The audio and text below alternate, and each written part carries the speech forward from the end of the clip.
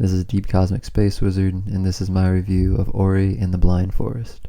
The story for Ori and the Blind Forest. This game takes place in the Nibel Forest, a forest full of light, spirits, and life.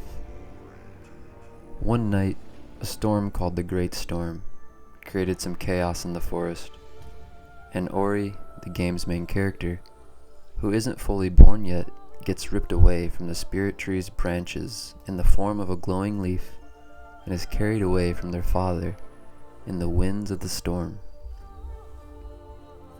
Ori happens to land near Naru, one of the game's other main characters. Naru investigates Ori, and upon Ori landing in the foliage, Ori is fully born.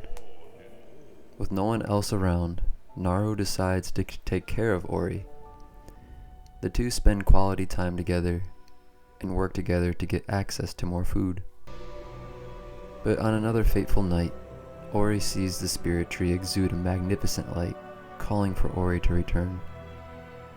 Naru, for some unknown reason, picks up Ori and rushes inside the cave,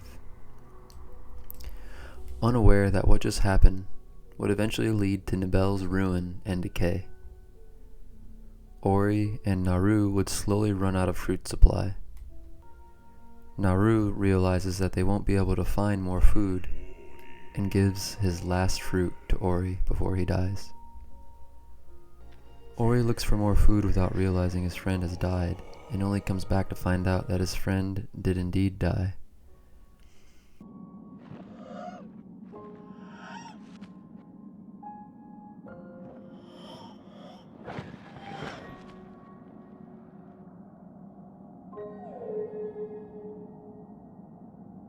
Ori, with nothing left, decides to leave the only thing he knew as his home.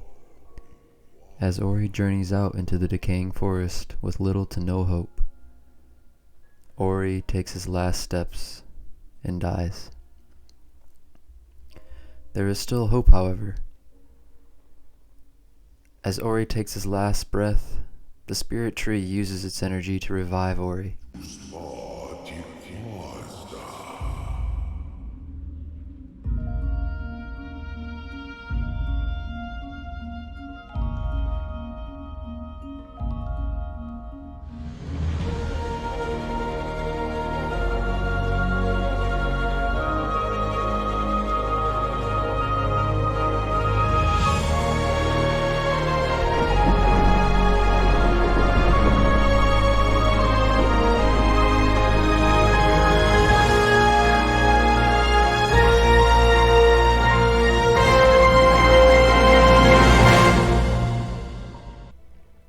After being revived, Ori travels through the sunken glades and encounters a light by the name of Sign, which are the eyes and source of Spirit Tree's light. Sign acts as a guide for Ori from this point onward. It is here that Ori learns why Nibel began to decay.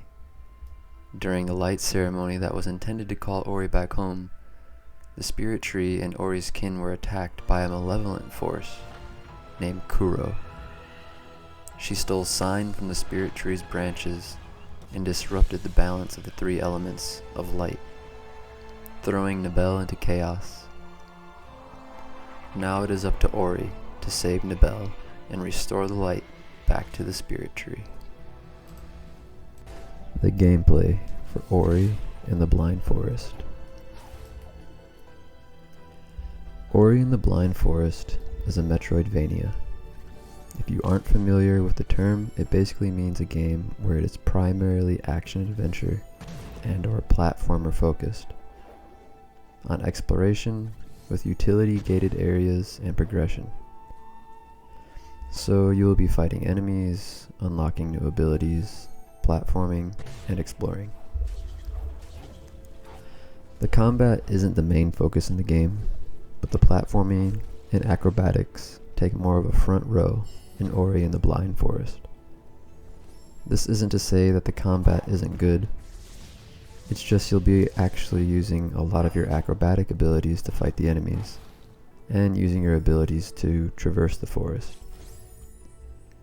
Some of the game's most difficult moments actually come from the platforming. such as these escape sequences that happen after you return one of the 3 elements of the forest.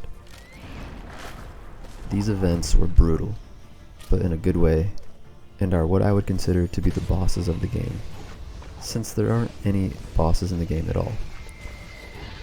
It captured the chaotic feeling of trying to escape a natural disaster by the skin of your teeth, and while there is complete havoc going on around you at all times.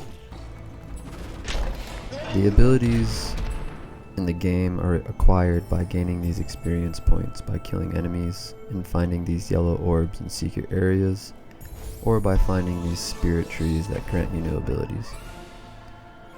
When you level up, you can select a new ability as long as you meet the requirement for the ability you want to unlock.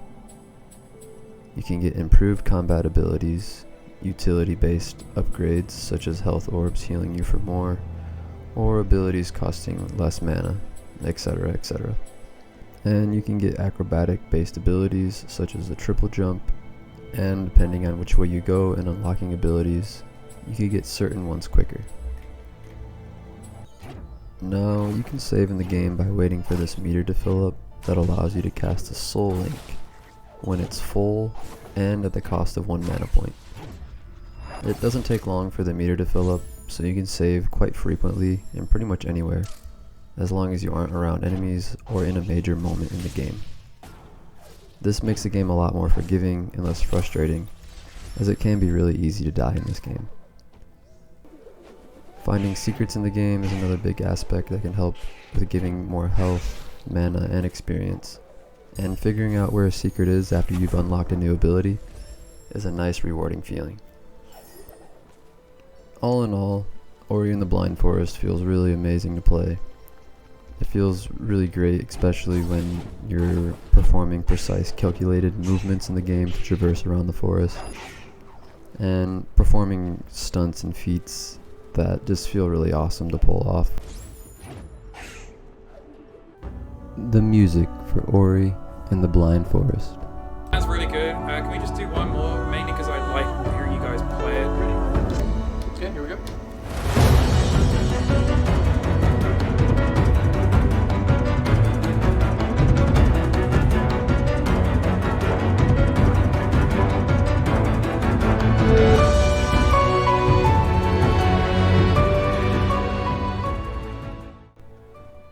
The orchestration in Ori and the Blind Forest is magical, just to say the least. Each piece of music does a great job at emphasizing the atmosphere of the area you're in, really adding another layer of feeling to whatever the game is trying to convey. Whether it be a sense of adventure and hope, life and regeneration, excitement, positive momentum. It really creates a great sense of wonder. Or the game can carry a strong sense of some kind of malevolent force that's bigger than you. Something that you can't quite control, but you could only run away from. Ori and the Blind Forest music is epic and is always fitting to whatever scene they are trying to convey.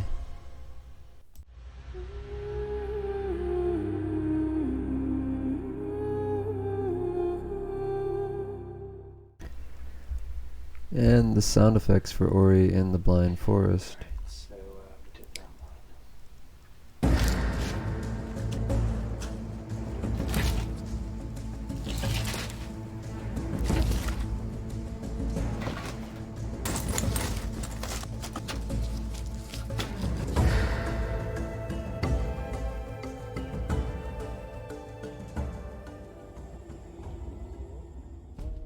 The sound effects are all very nicely done, and for what little voice acting there is in the game, it correlates to the creatures and life in the Bell Forest very well. From Gumo to the Great Spirit Tree.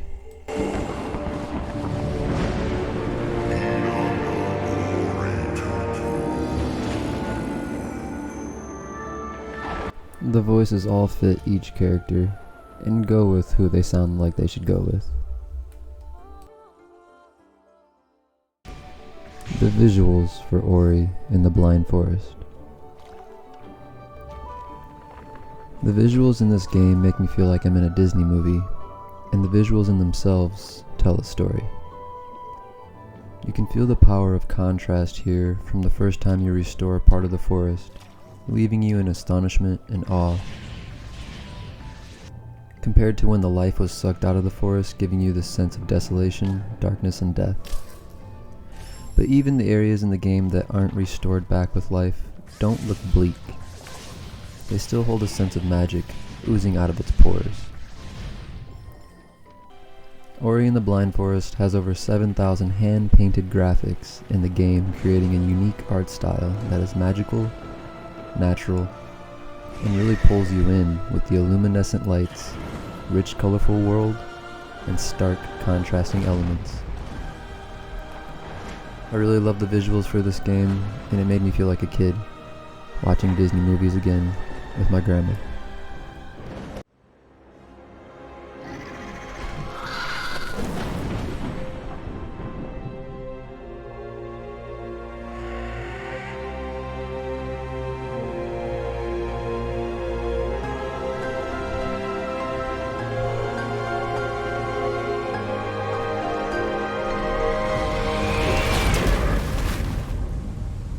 So this was my review for Ori and the Blind Forest. I really do hope you guys enjoyed the video, and I just want to mention that the game is only about 8 hours to 10 hours or so just to play through it. It might take a little longer if you want to discover all the secrets, and they do have another difficulty mode where it is one life, so like if you die you have to start all the way over from the beginning. So this would make the game immensely difficult, as it's really easy to die in the game, and if you're looking for something that has more replayability, the game does offer that. And I just wanted to mention that before I end the video.